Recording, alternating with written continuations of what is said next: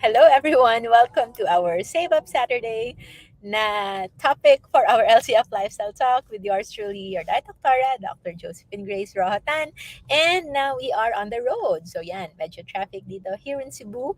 And since we are on the road, we'll talk about our Save Up tips for Saturday while on the road. Paano makakatipid? And of course, staying low carb.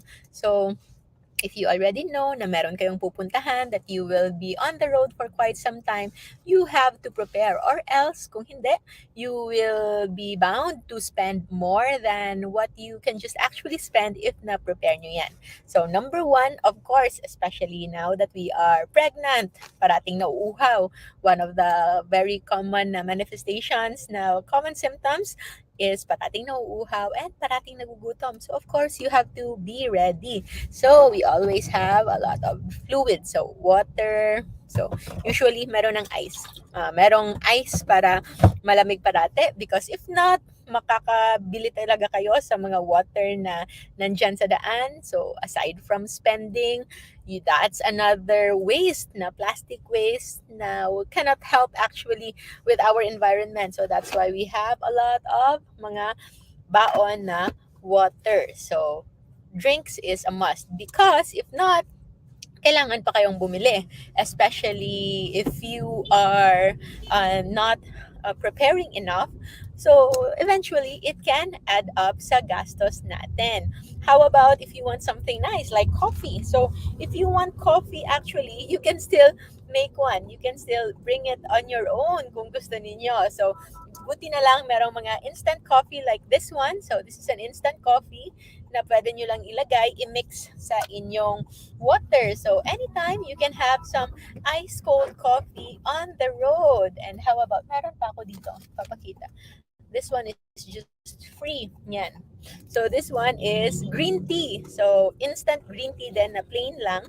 You can also put this in your water. So, meron na kayong iced tea na malamig. And then, alam mong, low carb, sugar free.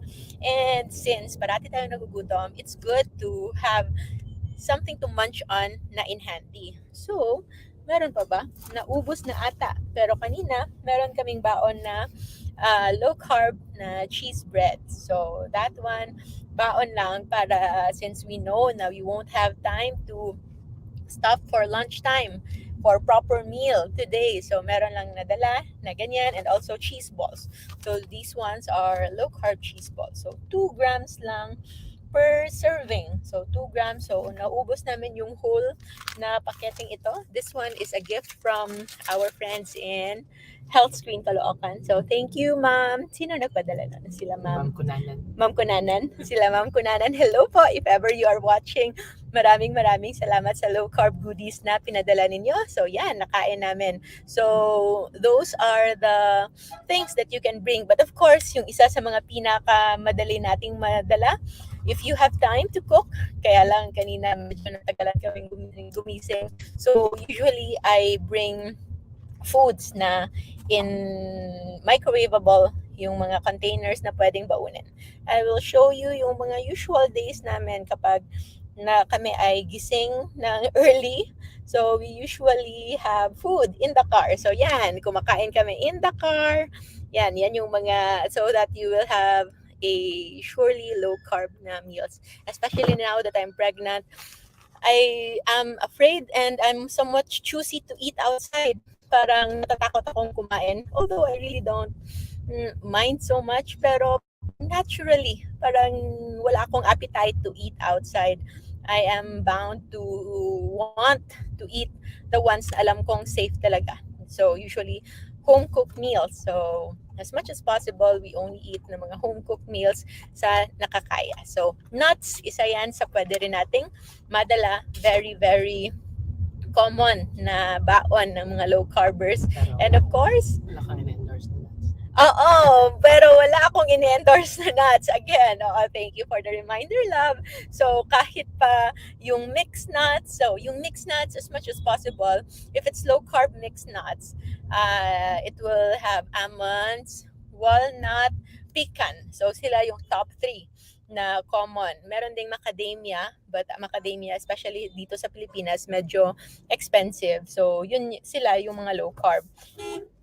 If you have pistachio and kasui, those are mostly on the high carb end or moderately high carb end. So as much as possible, avoid yon. So yung mga nakikita nyong mixed nuts na using our face and our name illegally, kung isi-search ninyo yung ating Facebook na page, na ating Facebook name, sobrang dami nang naglalagay dyan na ginagamit yung pangalan natin. More than 100 accounts, fake accounts na illegally scammers yan, mga scammers. So, wag papadala. You can create your own mixed nuts. Okay? You can create your own mixed nuts na hindi kailangang expensive, hindi kailangan. Kasi yung mga reklamo, no, for those who are messaging our page, wala po kaming connection sa mga scammers na yon. So, we don't know. Usually daw, yung mga, alam nyo, nakakatakot, yung dinala nila, yung binibenta nila, either expired or high carb.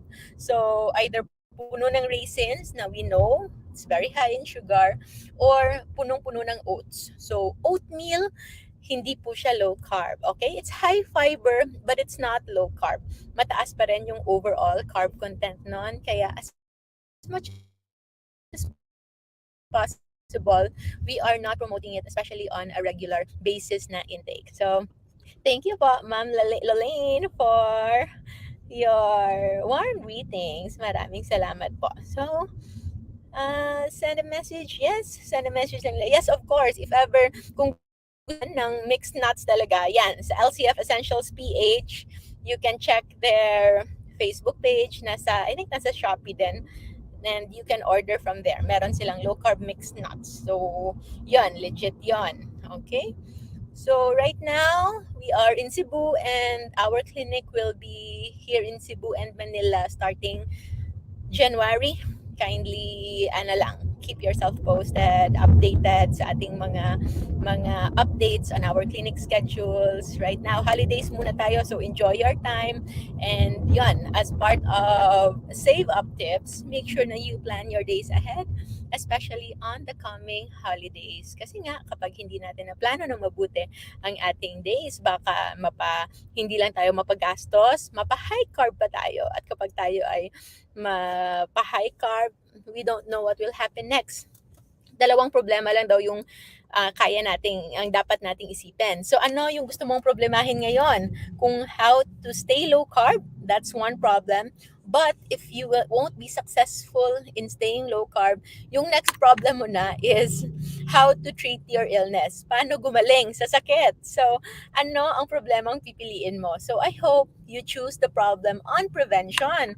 Kasi yung prevention, as much as yung karamihan ay nahihirapan because yun nga, wala pa silang sakit, they don't have that motivation yet to really try to live a healthier lifestyle. However, if hindi kayo mindful, eventually yung poproblemahin ninyo is already how to cure your illness, kung paano gumaling. And that's gonna be even more problematic, mas komplikado na yan. So I hope you will choose your problems wisely, and the better problem is on prevention, kung paano i-prevent yung sakit natin. So, what's your tip on being on the road? Yon, yung isa pala sa pinaka-common na pang road trip na food is hard-boiled eggs. So hard-boiled eggs, very easy to prepare, very cheap. So sobrang mura lang, and of course, patok na patok sa ating safe list yan. So it's within our safe list, and it's also very nutritious and sobrang mura pa. So, wala tayong excuse why we won't have those. Although, kanina, yung excuse namin, naubusan kami ng itlog. So, naubusan ng itlog and we woke up late. So, hindi na kami nakahinga kay mami ng egg. So, wala kaming baon na eggs. But generally, those are the common baon. Mixed nuts and eggs para sa ating mga on the road na baon to save. And of course, kung kaya, and if wala namang contraindication for fasting, you can also just fast. Okay na okay yan. Hot water in the morning, Ronnie? Okay din po yan. Si Sir Ronnie. So, okay lang yung hot water in the morning. Any water is okay. Cold, warm, or room temperature, it's all okay po. Hot water, although I mentioned yesterday, baka mas makakatulong on your bowel movement. Mas makakabigay ito ng trigger for your morning bowel movement. So, I think yun lang. If you have other na mga tips, those are just very basic, but always know that you can always have your safe list on the road. So, low carb na meat, that can be your snack. So, pork chop, beef jerky na low carb that you make your own, yung mga dried tapa na ikaw mismo yung gumawa para walang sweeteners, or you use the alternative sweeteners. You can also have real chicken nuggets. So para, or yung mga maliliit chicken popcorns na real chicken. If you dry it well, make it crispy, maganda yan pang on the road, especially for those na merong kids. So, hello Christina! Thank you so much po sa lahat ng nandito. And I hope you are doing well and doing safe. For those na kailangan ng guidance, huwag na kayong maghintay na matapos yung holidays and matapos yung New Year. Bago kayo magsimula, you are more than welcome to join our low carb and fasting masterclass for guidance, especially yung mga meron ng iniinom na gamot for a safer journey in your healing. So, maraming salamat po everyone. I'll see you again next time, and thank you so much for the support. I'll see you on our next video. Remember to stay low carb so that we all stay safe, and of course, I'll see you in Davao on our Davao meet and greet on December 22, 2022. See you po. Maraming salamat. Bye!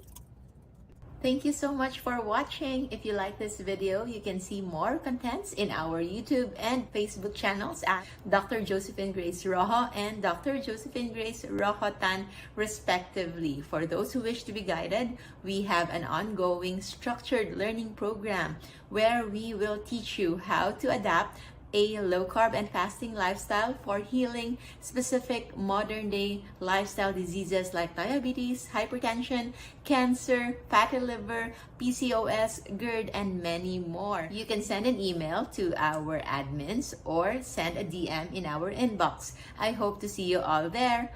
Thank you so much. Stay low-carb, stay safe. Bye!